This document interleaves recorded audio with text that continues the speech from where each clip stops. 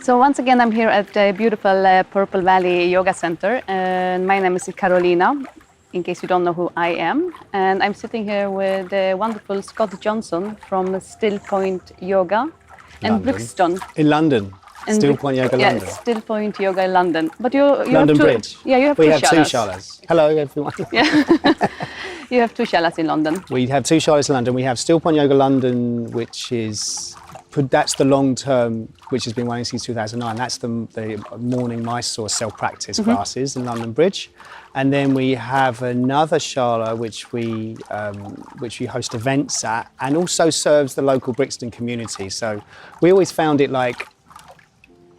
difficult to find good venues, because we haven't got our own venue. We kind of have to hustle around when we did find a new one. We found it so difficult. So when we actually found a purpose venue that we could use all the time in Brixton, rather than move on or open another Mysore there, which is it's hard work setting up on Mysore, or moving London Bridge one because we wanted to stay there, we just decided to open up the space to local teachers who need somewhere to teach. Oh. And in central London, so it's a really good value space which people can promote their own classes. But we run most of our events now from Brixton. Okay. Okay. So that's how it works. But Still Point Yoga London is predominantly the London Bridge Mysore program, which we've been running since 2009. 2009. Yeah. And so what about your background then? Because I know that you came to yoga how many years ago? How long have you been practicing? Well, I've been practicing yoga since 1999. Yeah. And then Ashtanga I practiced since 2000, just the beginning of 2002. Okay. Yeah. Since Herbie was my eldest son, who's here, he was 6 months. And then I found an Ashtanga class, walked out, and I was a completely different person. So I like to think that my Ashtanga practice is the same age as my son, my oldest son, which is it will be 18 years at the end of this month. So I listened to this quite interesting podcast together with you and John Scott last year when you were here. You were here for the first time last year at Purple Valley Yoga Center together with Kia. So basically you were teaching the first week yourself, and then Kia came the second week. And at the same time, John Scott was here, and you did a podcast together with him. And then I know John well. Yeah, so I think that he's one of your first inspirations that you John's probably been the biggest inspiration for me as a yoga teacher. I mean, I met him in 2002, and he's been working with him has probably changed my life. John and Lucy. Yeah, Lucy John and Lucy Crawford for sure. They're working together in that first decade of the millennium. They were teaching in New Zealand. I went to New Zealand to learn from them, and then in the UK. And they were astounding teachers together. And they taught me so much about how to share the method in a really beautiful way, for sure. So how do you feel that you have developed from that teaching then? How do you teach today? Do you feel that something has changed in the way that you have been teaching originally? Well, I mean, I started practicing in 2002, and then I was teaching, interestingly, by 2004, and that was only because I started practicing in a local. I had Louise and the boys, and I had a full-time job and had a mortgage and stuff like that. So I was just practicing in the evenings at a local class, and the teacher, I was practicing for about 2 years, and the teacher decided to leave, and he said to me, I think you should take it over because I think you'd be good at teaching. And I was like, well, I'm not really that fussed because I was enjoying practicing. But all the other people who were in the group said, yeah, you'd be really good. So I said, well, if you guys are happy for me to take it over, then I'll give it a shot. But from that, I took it over. And this was Ashtanga? This was Ashtanga yoga. And I changed it it was a lead class, and I immediately changed it to self-practice. So I lost most of the group. Oh, really? Yeah.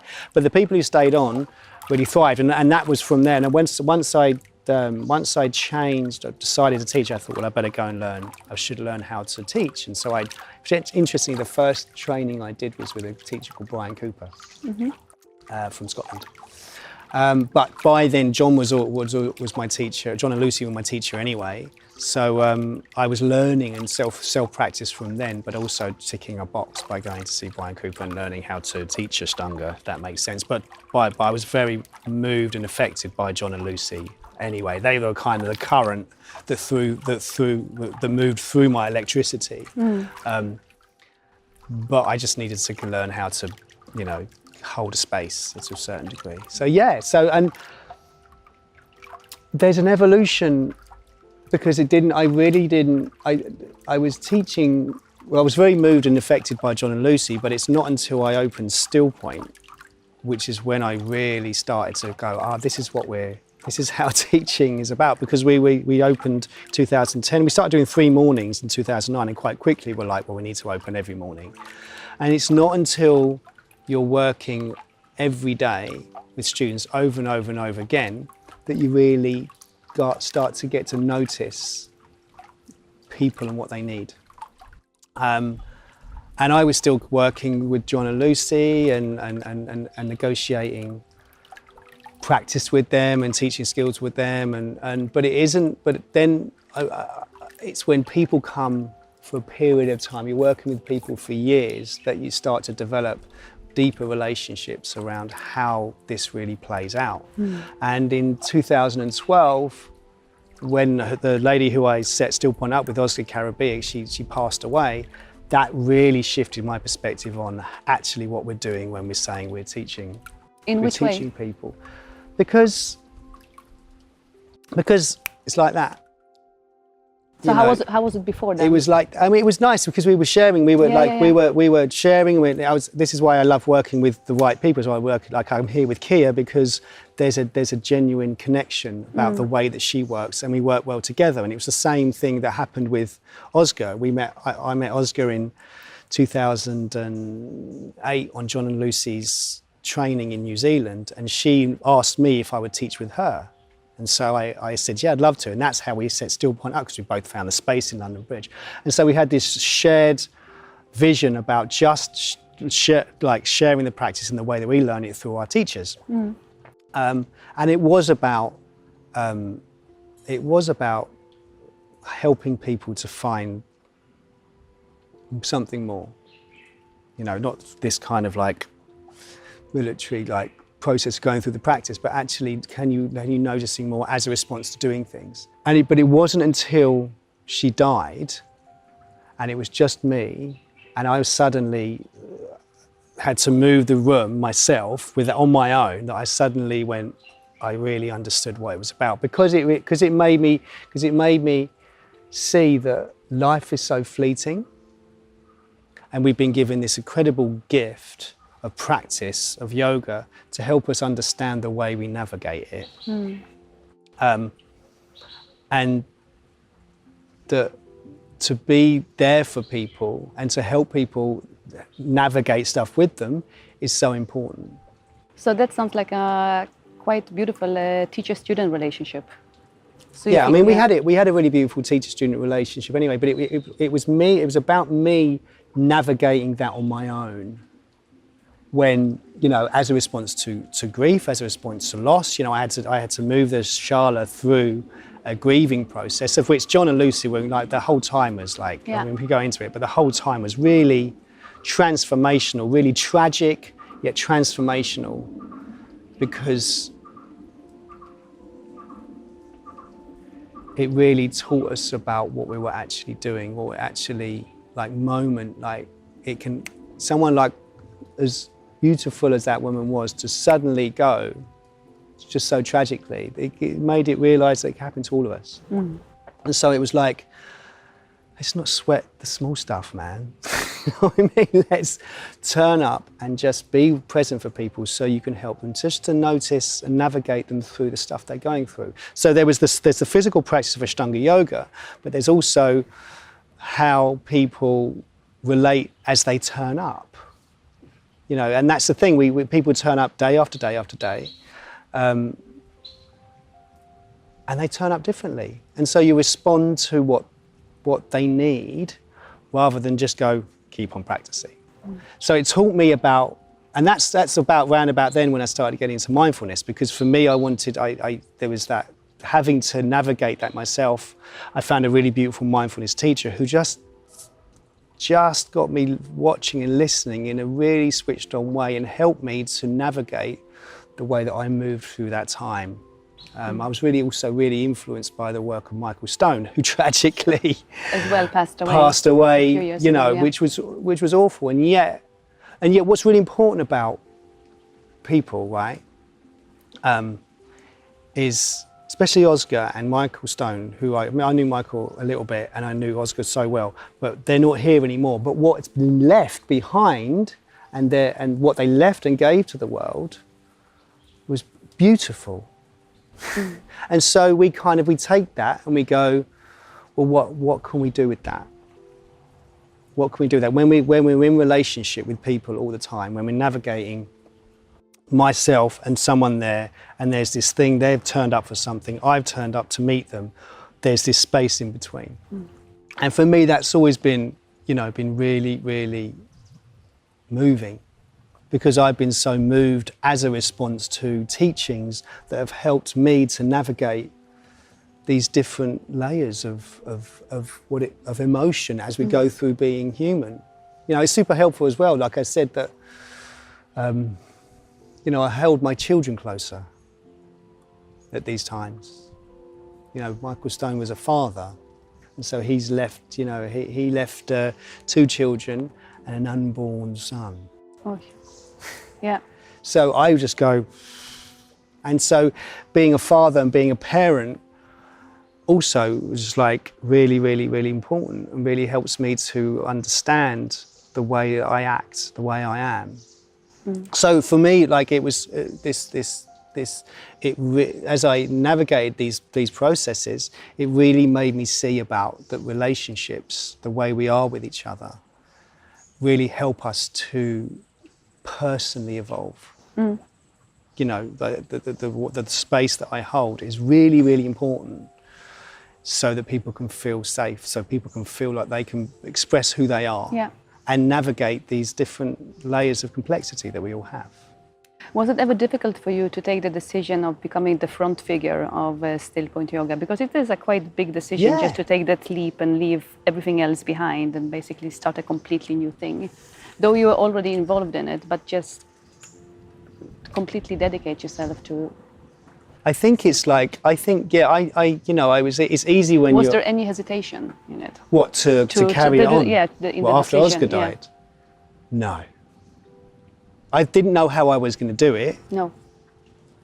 But I realised I had amazingly, this is why community is really important. And this is why also, like, I look at that period of time and I look at the people who surround me, and I always will hold them with the deepest love, like John, Scott and Lucy, because they really supported me and the Shala as we moved through a period of mourning.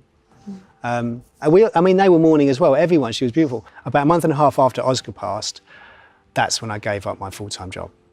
1.5, oh yeah? Yeah, so she died at the beginning of 2012, January 2nd, 2012.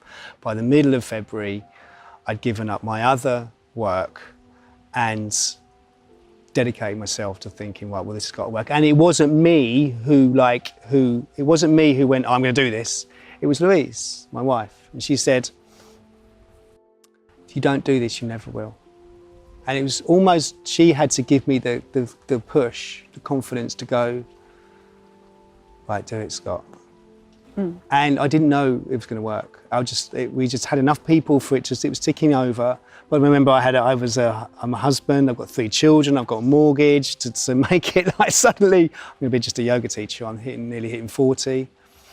But I put one foot in front of the other. And what I learned from Oscar when she was alive is when she died, and the hardest email I've ever had to send was that email where I said, your teacher's passed away. You mean to your students? Yeah. It's 550 people. I'd sent it to John and Lucy, and I said, you need to read this email for me, because I've now got to send it. And when I sent it, what came back was stunning. Because it's almost like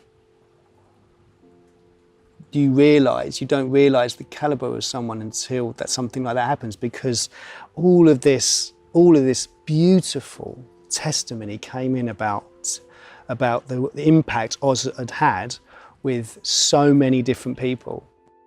And it made me go, oh, that's who she was. And it made me see that just being kind, being uplifting towards people was really important, because it just created a really beautiful relationship. It lifted a joyful, compassionate relationship, lifts both people. Yeah. And I just saw all this come in. I pressed that, but I was like, oh my God, but literally hundreds all over the place. And I saw from her that she had just met and connected with people. And so, and that's what I've done ever since. If I find fascinating people who look really interesting, I reach out to them. And so that time, I was really, really helped through, but also, going back to your question about, I stepped back from going, Still Point's about me.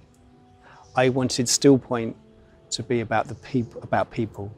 So that there were the teachers there, we had Laura and Maria and Lee and me and Andy, but I wasn't a central point. We gave each teacher the ability to teach in their own way, and I trusted them completely. But also when senior teachers came in, like David Kyle, like Joey Miles, John, Philippa Asher, Greg, Kia, they came, but they were part of the community.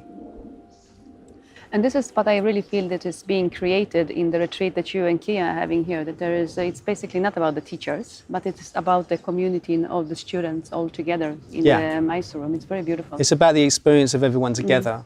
And for me, that's always been really, really important, that I'm not the central thing. I'm always seeing if I can reflect back and say, what is it that, if I can get out of the way of a student or a practitioner developing.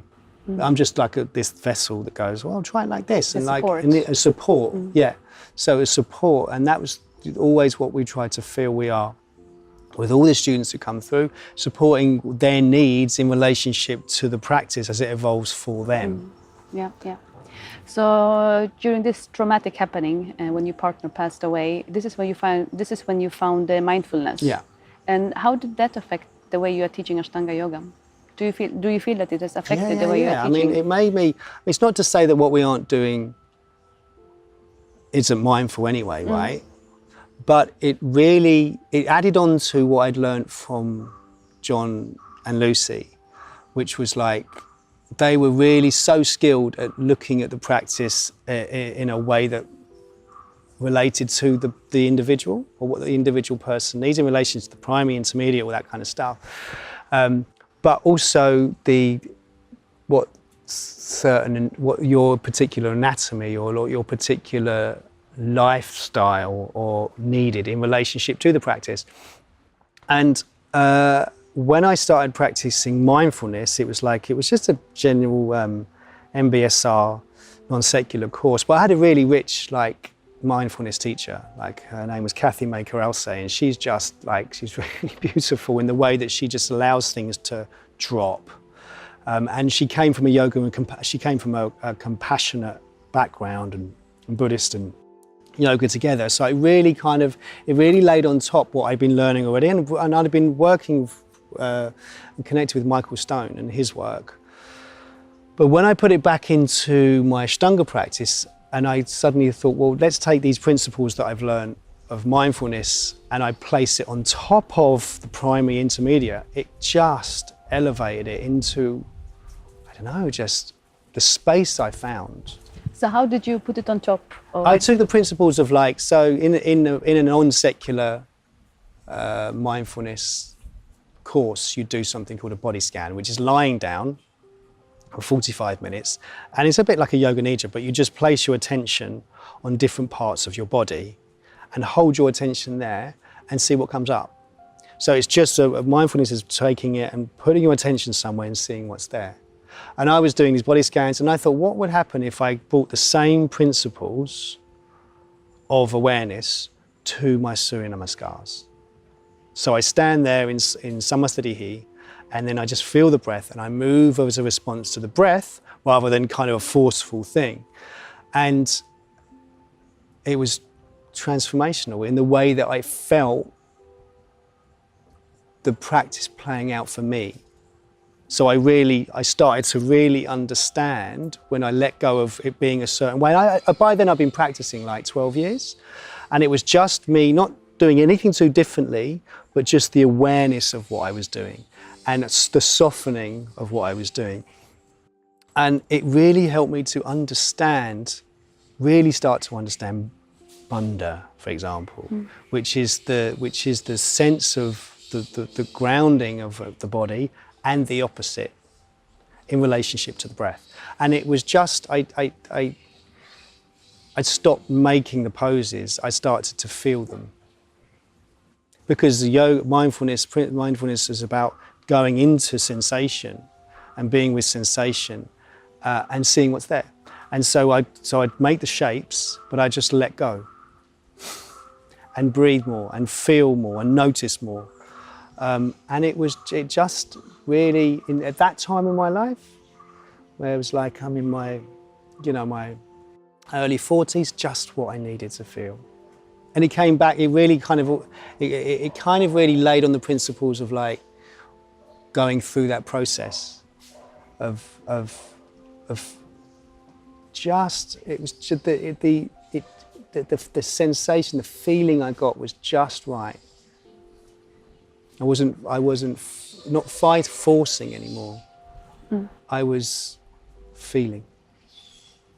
And that's what we were going through, what we've been going through as a community. We've gone, everyone feel your way through this. Feel your way through it. I was feeling the community through it. I was like that. I was stepping. I wasn't stepping forward, but what I was doing, I was conducting. I was just raising everyone else up. So I raised Andy up, Lee up, Laura up, Maria up, and I was, let's feel through this together. And it was beautiful. And it was really symbiotic in relationship to my own practice, feeling, and the community feeling. It just transformed the way that I saw things, the way that not just the practice, but everything. So the mornings at Purple Valley, when you and Kia are teaching, we are always starting with a mindfulness meditation, which is really beautiful. And we have actually recorded one of them that we are going to put up on our YouTube channel, and that Scott is also going to put up. Yeah. But then you're also having afternoon workshops where you are teaching mindfulness. So do you feel that you can give the students any form of tools, mindfulness tools, that they can bring with them out from the class and use in daily life through the teachings? I think what mindfulness is about is allowing things to be and allowing each person to notice what's coming up for them. And the things that I try and help people with is just being present to things as they're there. Okay, so people have, like, for example, dropbacks, fear. Do you know what I mean? Yeah. What's that? You know, what is that? Rather than just going like, what's this? What do you notice when we help someone, for example, with an adjustment, and we say, feel like adjustment isn't about forcing someone in something. It's actually helping someone to find a little bit more space. And predominantly, what I'm trying to do when I'm teaching mindfulness people and yoga to people is to say, can you feel the space you've created for yourself? So the retreat environment, right? The yoga shala environment in the morning, people have chosen to come. People have chosen, you have to keep reminding people that they've chosen to come here or to come to a yoga class because they're creating space in their lives for something to look at themselves. And all the things that we do, all the interactions I have is whether it's adjustments or whether it's being or observations or sharing or saying try this, try that, is reminding them that they're looking to create that space for themselves. And so what I want people to move away from and take away from them is that they are, that process that inquiry never stops. Yes, we're in a retreat environment, which is kind of intense. Let's go deep to see where that is. But when you get back on Monday morning and you go and you're in your office, or you're back on Monday morning and you're with the children, can you still bring the quality that you created for yourself and notice it?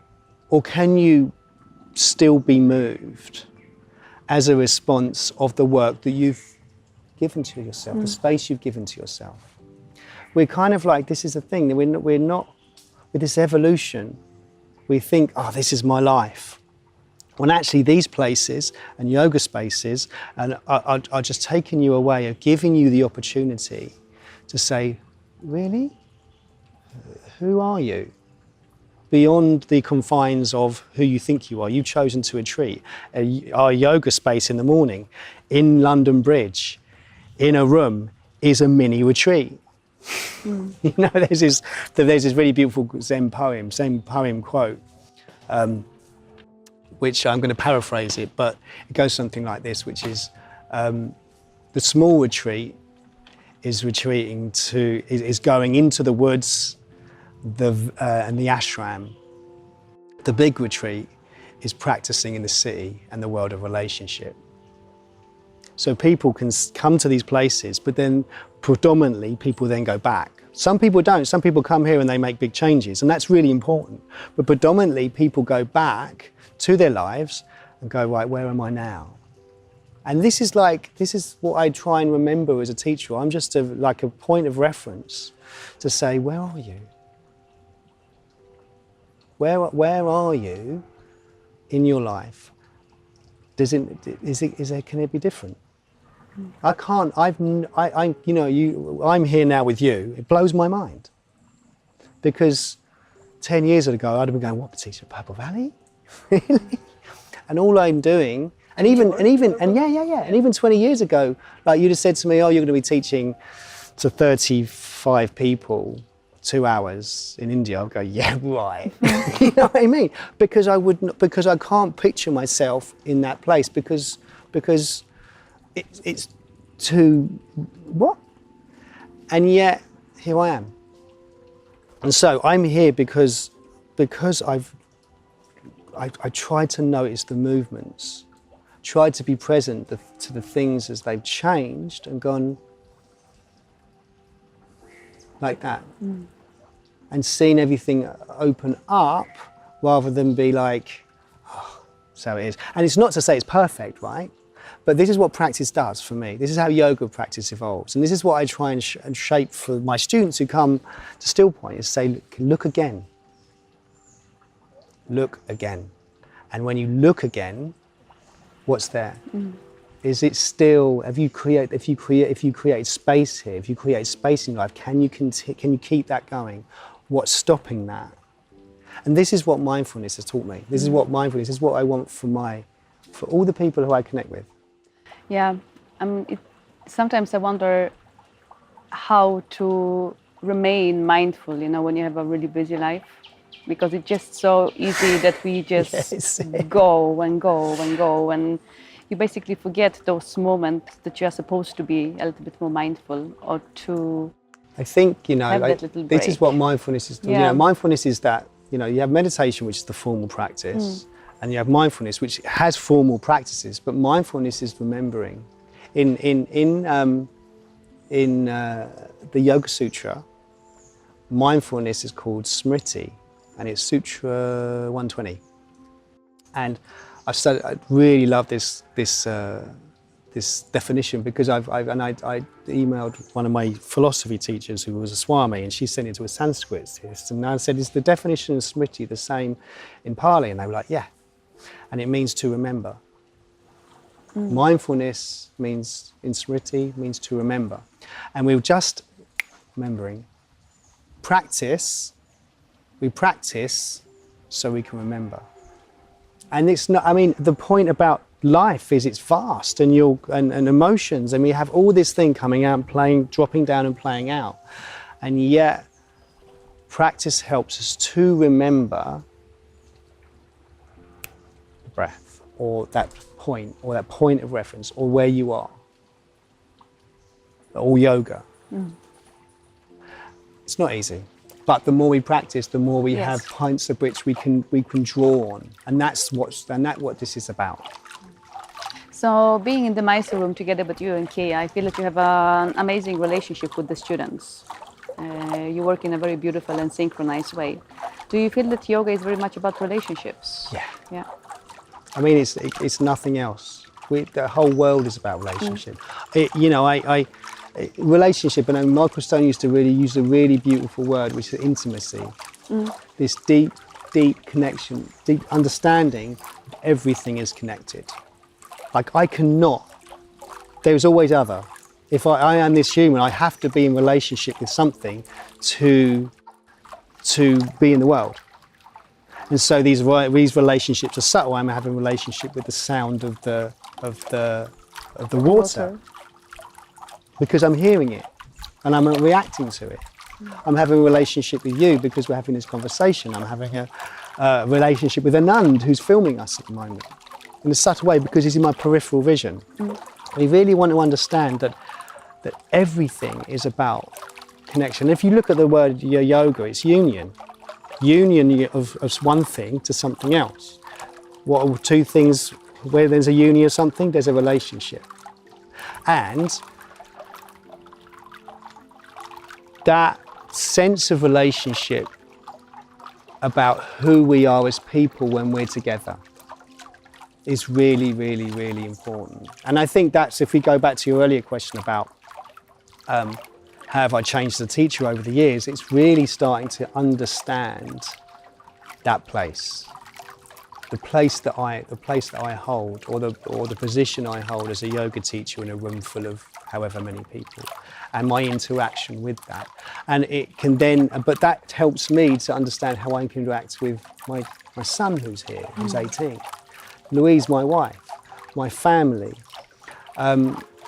It's everything about relationship. Yeah. Everything about relationship. First two, the first two limbs are about how we are with ourselves and how we are with others. Everything is based on ahimsa, the idea of the ethics. How can I be with someone else truly without getting in the way?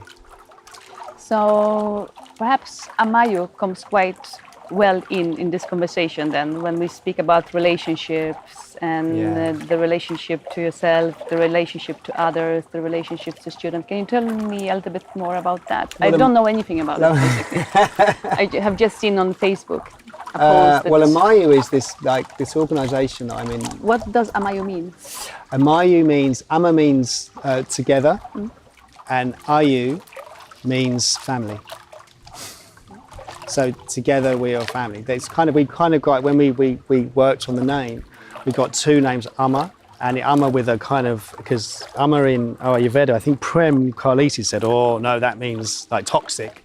But actually when we looked, Amma in Sanskrit with a line over the second A means together.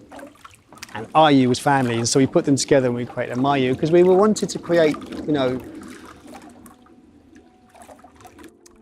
Ashtanga yoga is in this really interesting time at the moment, and I've never been to Mysore. I've been deeply affected by the work that's come out of it through John Scott, Lucy, and some of the other teachers I've been connected with. And I've always thought to myself, well, how do I share this on? My students can't go there, so how do I share something that to create something from the work that I've done. And I never felt like I wanted to step out on my own, because that's like, it just didn't feel right. And all the teachers, and if I had any people who I thought they were going to be teachers, I'd go and send them to John and Lucy and say, we'll train with those guys. And then that fell away because John and Lucy stopped teaching training teachers. And I thought, so what's next? So I kind of let it boil. And just through working through some dear friends, my friends Greg Nardi and Jock Broughton and Helen McCabe, we came together and we all had the same principle about how can we share this, or how can we allow people to really understand what it's like to meet others? You know, how can we kind of, rather than have a top-down structure of like, there's a teacher, there's a student, and it goes down like that, how can we create a kind of more horizontal movement where we really try to understand meeting others with as minimal power dynamics as possible. So that you'll always have a little bit of power dynamics in the room, right? But a teacher, it's important a teacher understands their place within that, so that we're not going, do like this. But you're always looking at the person going, well, what is it that they need? What's needed here in relationship to the way, the frequency of practice, in the amount of time they practice, their physical, their anatomy, the way that they move, all these kind of things. And so amayu is about this collaboration of understanding how I, as a teacher, meet a student in a room, based on the principles of relationship between people. So there's a methodology of interaction, rather than just going, this is how we're going to do it. There's like me stepping back and me taking notice about my place and the interaction I have with the student. So amayu is an education system. Where we educate people about the broader aspects of yoga. So it's really educating people about Ashtanga yoga, everything to do with it. So there's a real understanding of it. And then from there, if you want to go into becoming or starting to teach, then there's a route into that. But predominantly amayu is about understanding, practitioners understanding their power. So then you teachers work together. You have special training, so you have gatherings? Yeah. So all of our shalas, so my Still Point, Ashtanga Yoga Worldwide in Florida with Greg, and Yoga at the Space with Helen in Dorset in the UK, and Jock's and Emma's Limehouse will all teach the amayu education pathway. So we created an education pathway which initially is open to all types of practitioners, and all we're doing is educating them about yoga. Like it's like almost like you're trying to create some kind of like a university thing where you go in and you learn these things, these methods. You understand where you are, but predominantly you as a practitioner understand where you fit in relationship to the teacher, and we as teachers teach the way that they fit into the relationship. So it's really trying to get people to understand where they are. You know, that's just the other thing over the last 2 years. We've all had to understand our place in the scheme of things. It's really important we have. It's really, really important we do, because this is how we can evolve in relationship together. Still really important that we help people to be deeply moved by practice. It's still a very spiritual practice where people can truly wake up in whatever way that means, and we hold that. But also, for me, the hierarchical thing of me being a teacher, they're a student, and say what I do doesn't work. No, and I can feel this in the shala, that it's basically not existing at all. Exactly. When you and Kia and Lee and Agneta are teaching together. Me and Kia are trying to be there's a fluidity we're trying to create, rather than this kind of like, do you know what I mean? There is that, but there's that together, you know. And we turn it back. As much as I can, I'm turning it back. My job is to get out of the way. Yes, there's my skills and my experience, and my offerings and my suggestions, but then I get out of the way and say, right, how does that feel? Has that worked? If it hasn't, okay, well, let's try something else. And so the Amayu has been set up to really help to understand, and for practitioners to really go deep into understanding Ashtanga yoga, their own place in yoga and philosophy, and really going deep into that. And then from there, understanding their relationship with others. Interesting. Does that make sense? Do you find a little bit more now what it's about? Yeah, I think so. Yes. It's an education pathway. Yeah. So where, if someone would like to find information about it, where can they find information about it? We have a website called amayuyoga.com. From my side, Still Point Yoga London was in 2020 teaching the Amayu education program, so you can have a look at Still Point Yoga London and you'll find it on there. www.amayuyoga.com is where you can start to see the evolution of that work. Yeah. So just one more question with regards to Amayu. So you say that it is an educational program. So do you have like subjects, various subjects that are included in the educational program? Well, there's in a more concrete way. Well, we have different courses. Yes. So there's we have a course called Essentials 1, which is for everyone. And that includes that asana, includes that. So that's asana, philosophy. Really learning the half primary series, understanding the count, all that kind of thing, understanding technique around Surya Namaskars. There's philosophy. There's basic breathing techniques. And then we have the Essentials 2, which is the full primary series. So when people come out of these courses, they will fully understand Ashtanga yoga, like the method. It's important because the method still holds true, right? Practice is still beautiful.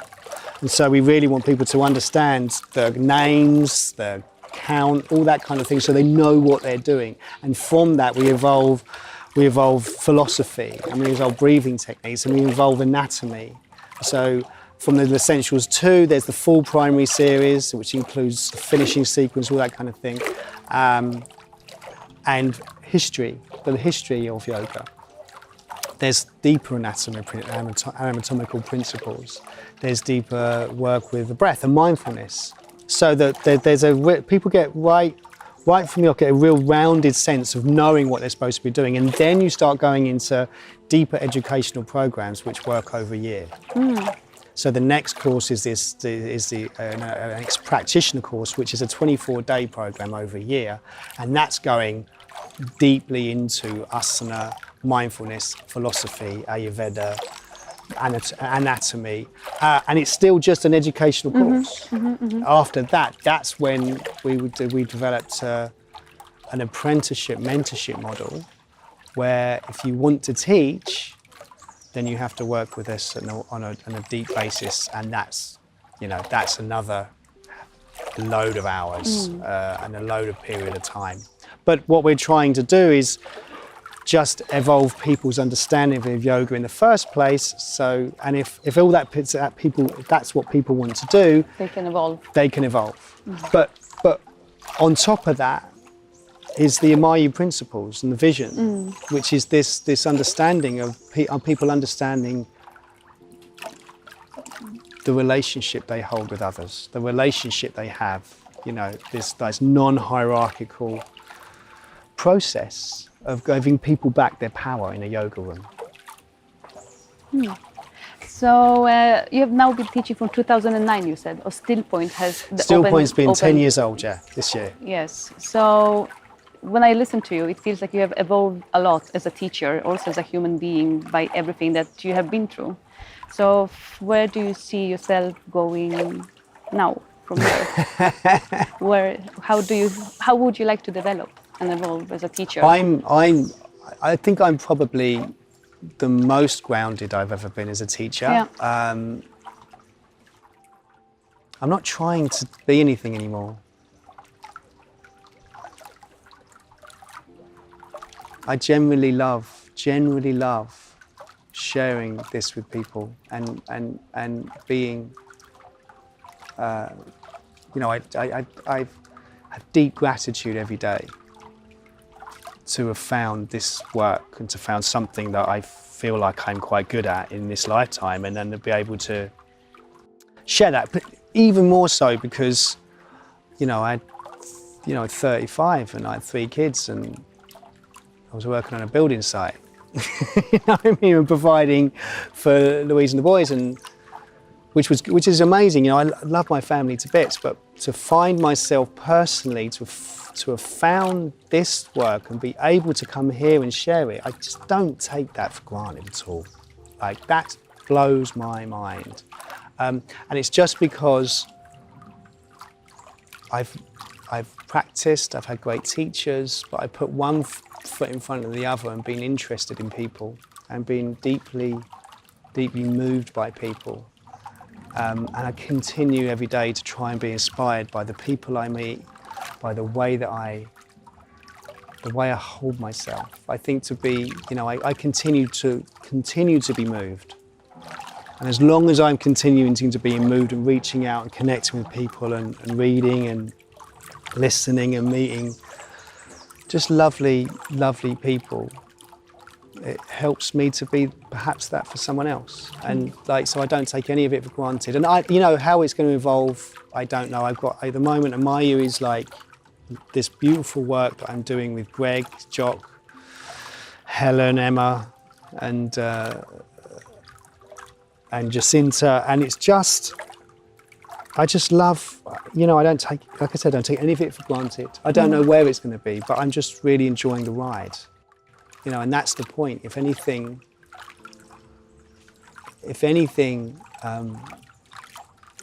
you know, it's children have been really important. My relationship with Elise has been deeply important, and then that, you know, that tragic loss of Oscar has been really important because it's taught me about how to just hold on to the things that are important. And practice does that. Practice for me is about every day being grateful that I've got something which I can connect into and just help me to feel that little bit more alive or present to who I am at the moment. So, I don't know, but at the moment, it's great. It's great. Scott, thank you very much for this beautiful talk today. Lovely. And I'm already looking forward to your next retreat. So, and you will be able to sign up through our website, yogagoa.com. It's going to be great. Yeah. It's so much fun here. Yeah. Thank you very much. Thanks. Thank you so much.